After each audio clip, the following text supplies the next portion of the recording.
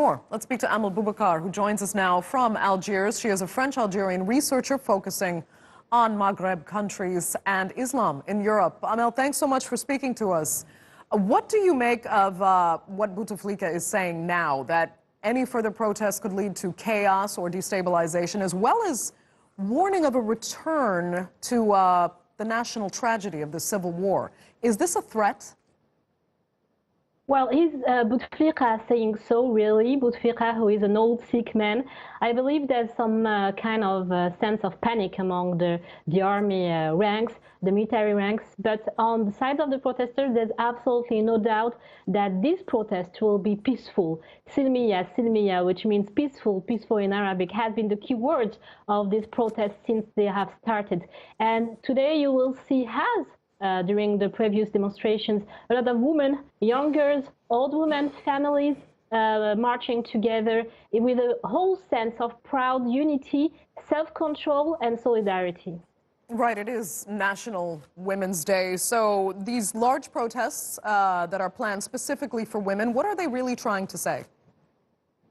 Well, you know, for long, and especially after the civil war, the Algerian woman has been trapped between the narrative of being pro-Islamist or pro-government, and somehow the role of women has been totally depoliticized in the Algerian society. During the 8 March days that have the previous 8 March days, only pop music concerts were organized by the FLN, the unique party that is in power still.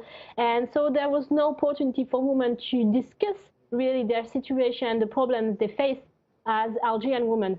Today, it's for them also an important opportunity to march and to regain a sense of trust in saying what they want and what they don't want. And what they don't want is basically quite the same of the rest of the Algerian society. They don't want a fifth mandate, and they want to get rid of the regime. That's what they said. Maybe as women, they have more important thing to say, especially the capability to take the streets and occupy public space safely. And that's why they are going to join so massively this afternoon, because there is this sense of safety. Amel, quickly, I mean, where do you see this going? Will Bouteflika step aside? And would that even lead to real change in Algeria if he were? Bouteflika did so already. He promised a revision of the constitution, some transition and so on, but he already did so in 2014. So Algerian people are not buying it that time. The real question will be how the army is going to handle the transition, and are they going to do it peacefully? They have they have not provided any answer until now.